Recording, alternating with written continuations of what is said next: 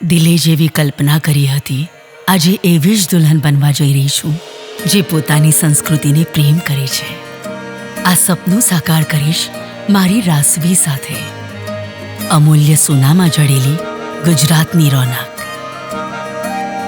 હવે ધડકનમાં રત્નોથી જડેલા ચંદનહારની ચમક ઉભરશે.